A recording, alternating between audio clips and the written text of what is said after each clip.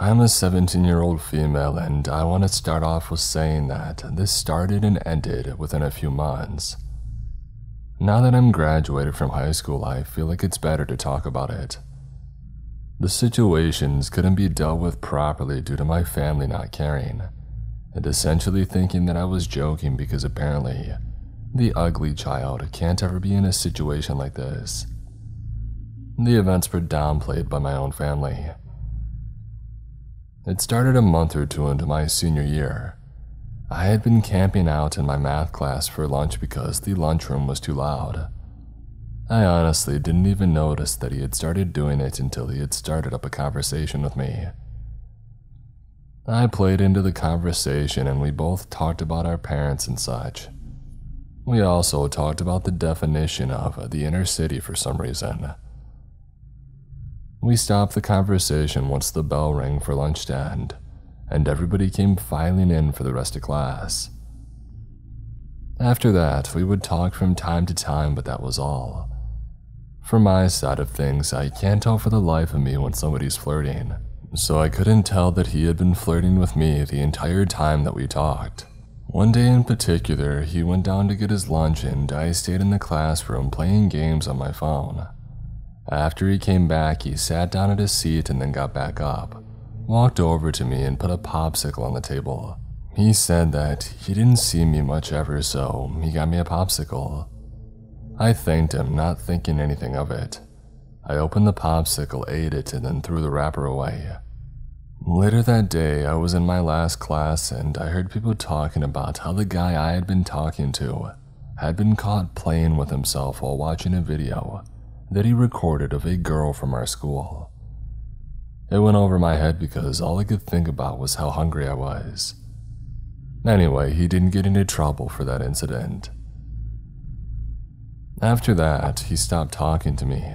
I didn't know why, but all he would do was stare at me during class, when he saw me walking to classes, when I would be talking to my friend, and when I would be eating food.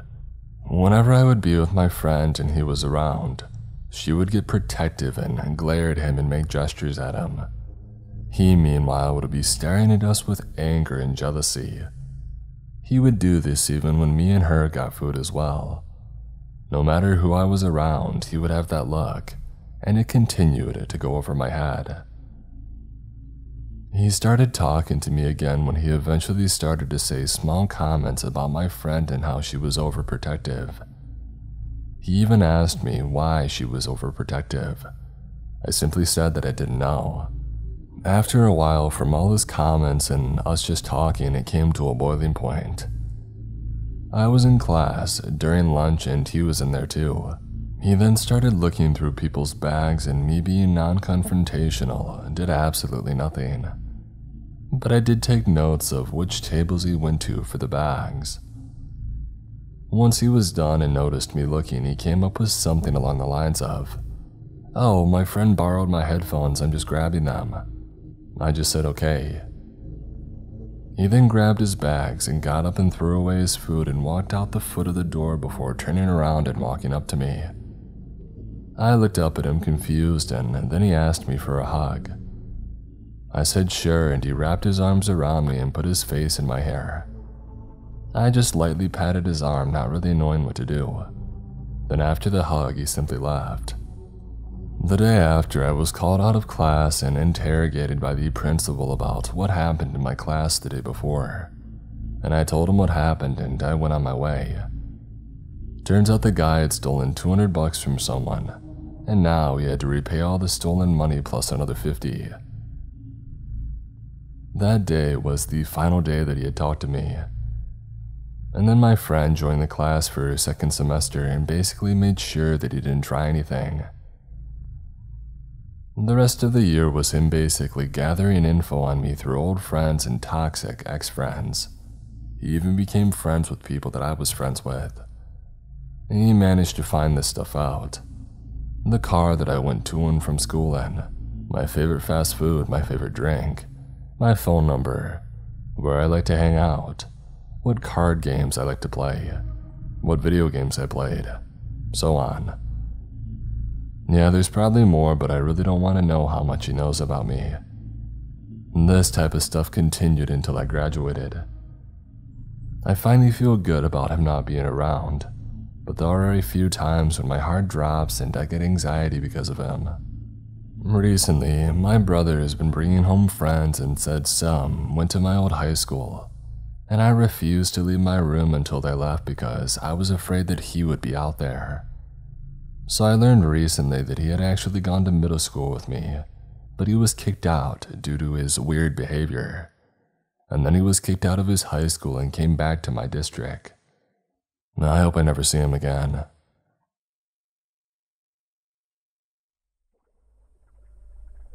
This happened when I was 14. I'm 22 now. My family and I lived in a very safe, upper-class neighborhood in a safe city. Our house was right near a local conservation area popular for hiking, canoeing, camping, and observing wildlife. I was always a paranoid kid growing up for whatever reason. Thinking back, it was probably from those sketchy stranger danger ads that they would show my classmates and I in elementary school. Yeah, those things were unnerving. My younger brother, let's call him Jules, and I shared a room while growing up. And despite my best efforts to get my parents to build an extension on our place, or rejig the layout so I could have my own room, that was still the case that warm June night. It was actually the morning, I guess, probably 3 or 3:30 or so, when I was woken up from my dreamland by the sound of a voice in my room. Obviously, I wasn't too worried or anything. Sometimes my brother would talk in his sleep or go to the bathroom in the middle of the night, and just like a typical youngest child, fail to be considerate of his snoozing brother in the bed next to him.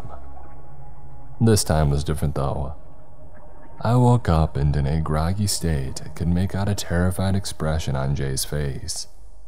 I asked him what was up and he looked me dead in the eyes and said, "Oh, someone's being attacked outside." Now, I hadn't checked the time yet, so I just brushed it off, telling him, "Go back to sleep, you're dreaming." But that's when he got louder and more assertive.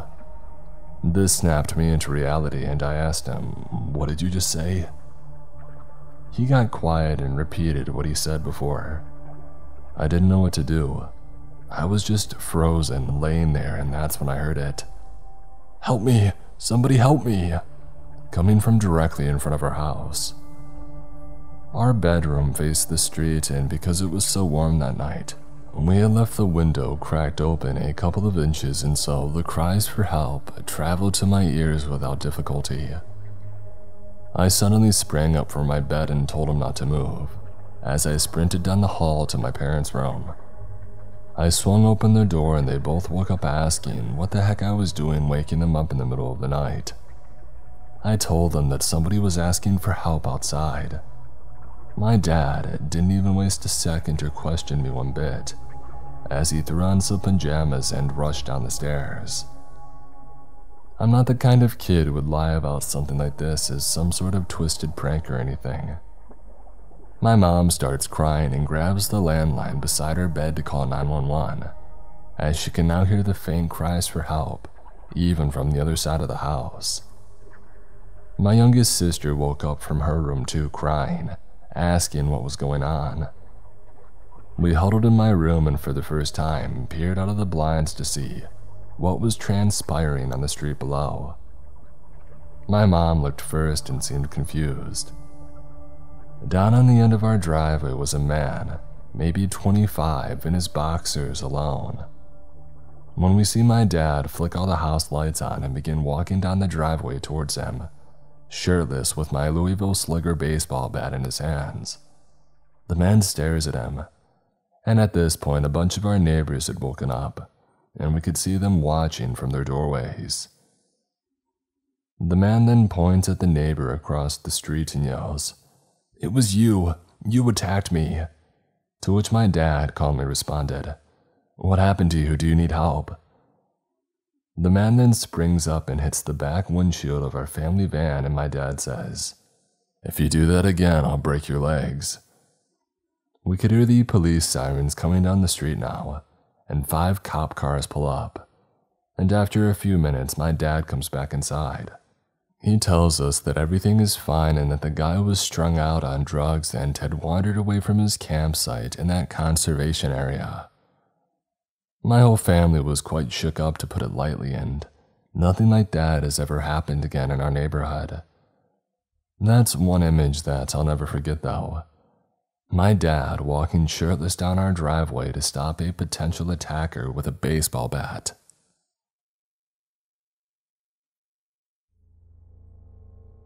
This all happened a handful of years ago when I was only 16. I'm 22 now. Unlike my siblings, who my parents spoil with rides to high school every morning, I, being the oldest child, had to take the bus every morning. The bus stop wasn't too far from our house, so I didn't mind, but that 10-minute walk often became a 5-minute sprint when I couldn't force myself to roll out of bed in time those early mornings. The bus stop pulled from our whole neighborhood, really, and there were always new faces coming out to catch the bus for the first time, but a good amount of regulars too. We would all ride the bus together in that half-asleep state that teenagers are in on the way to bloody 8 a.m. math class, but the rides home were always full of happy chatter, with everybody just glad that the day at school was done, and that we could go home to watch baseball or play video games or whatever we wanted.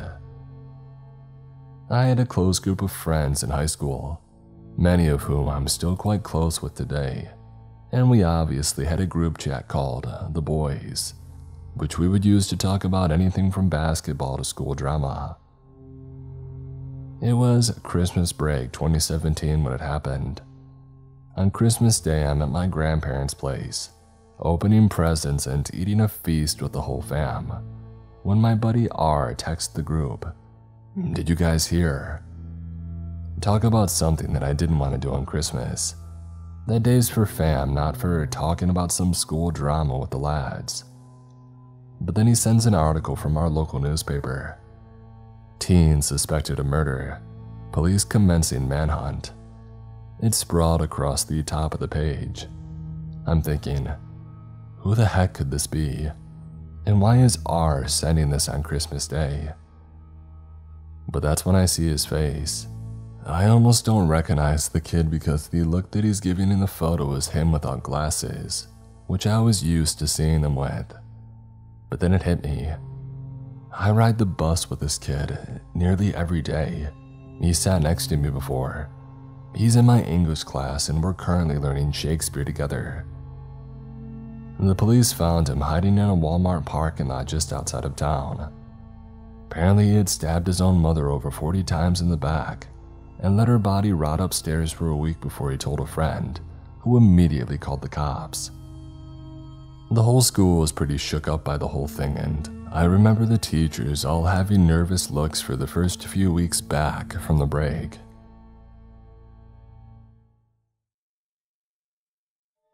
This happened around 15 years ago. I was maybe 12 or 13, so obviously some details have been lost over time, but the majority of it has stuck with me ever since. I had a friend that I used to hang out with a lot during this period of time. One day we decided to go out on our bikes. I can't remember where we went at first, but we ended up going across the road from my place to a park. Now this park was mostly just a field with a little playground near the front of it. It's next to a doctor's and a library, both small buildings, and on the left and far side of the field are residential houses. On the right it was pretty wild with trees, bushes, and shrubbery. Quite thick too, as you couldn't see through to the field on the other side. We got there and it was completely empty, not a soul in sight. We rode around the field for probably around 5 minutes before coming off the bikes to play fight as kids tend to do at that age. Probably around a half a minute later, we both heard a twig snap coming from the tree line, a few meters from where we were. We immediately stopped laughing and looked in that direction to see what made the twig snap but couldn't see anything. A few seconds after that, we hear a low, guttural growl. This absolutely terrified us and we got up, grabbed our bikes and got out of there. Whatever was growling at us didn't follow us out, thankfully. Since then, the thick tree line has been cut, trimmed, and tamed, so now it's easier to see through it. Whatever it was, it isn't there anymore. I've told this story to my friend and asked what she thought the animal was, and she suggested that it was a badger. But I have YouTubed badger growls and it definitely wasn't that. It wasn't screechy or high-pitched, it was steady low and guttural, in an almost threatening tone. I've also heard clips of various dogs and big cats, but nothing comes close. Dogs tend to bark after growling, and again, big cats are a little screechy. If anyone has any idea, please, I'm all ears because not knowing is driving me insane. I've even started to entertain the idea of a dogman. As crazy as that sounds, but it is the least likely in all reality. The fact that it started growling after we noticed something was there is probably the most unnerving thing about it, because it means it probably was watching us the entire time. Maybe it started to move closer to us when it noticed that we were on the grass, like easy prey. Maybe it just innocently stood on the twig, protecting its territory. I don't know. All I do know is that I don't want to meet whatever it was again. This incident occurred back in late 2021. I was currently serving in the military stationed in California, and I lived off base at the time. It was around 9 p.m. when I was driving home from work. I pulled into my apartment parking garage and noticed a guy that I had never seen before, and knew that he didn't live here, just standing there leaning against one of these support columns, just staring through my windshield. I tried to gauge what his intentions were by giving the old Midwest, hey, by raising my fingers over the steering wheel. I got nothing, just a blank stare right at me. At this moment, I knew that something wasn't right. I tried to weigh my options in my head. I could awkwardly back out of the very small parking garage and do a few laps around the neighborhood.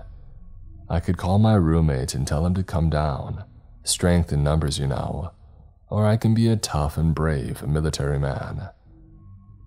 I decided to stop overthinking it and just deal with it on my own. I backed into my parking spot, all the while this guy is directly across from my spot, just staring at me. I again do the Midwest finger wave over the steering wheel, with zero reaction from the guy.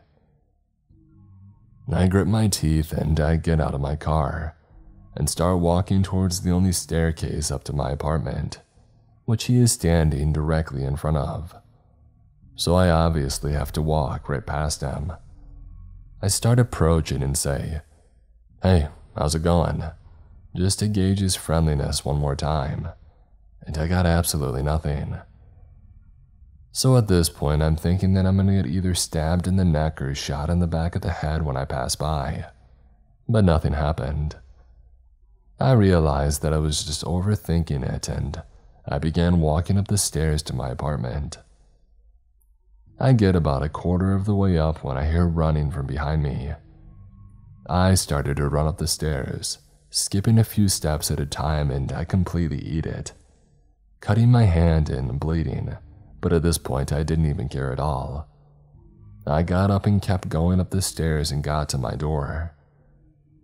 Now this scene was like straight out of a horror movie. Me trying to get my key in the door when I turn and see him running up the stairs. It honestly feels like it was all in slow motion. I thankfully got the key in and I was able to get inside the house, but my motor skills were not at all there at this point, so I was struggling to lock the door. I braced it with my foot while he tried getting, and I was able to lock it. He started messing with the door handle and banging on the door while I went and woke up my other roommate. I grabbed my gun from my bedroom and we both just sat in the living room waiting. After about a minute of this, we decided to call 911, and in about 3 minutes, around 10 squad cars pulled up and searched the area. The guy was nowhere to be found. While finishing my contract in California, I was paranoid every time I went down to that garage.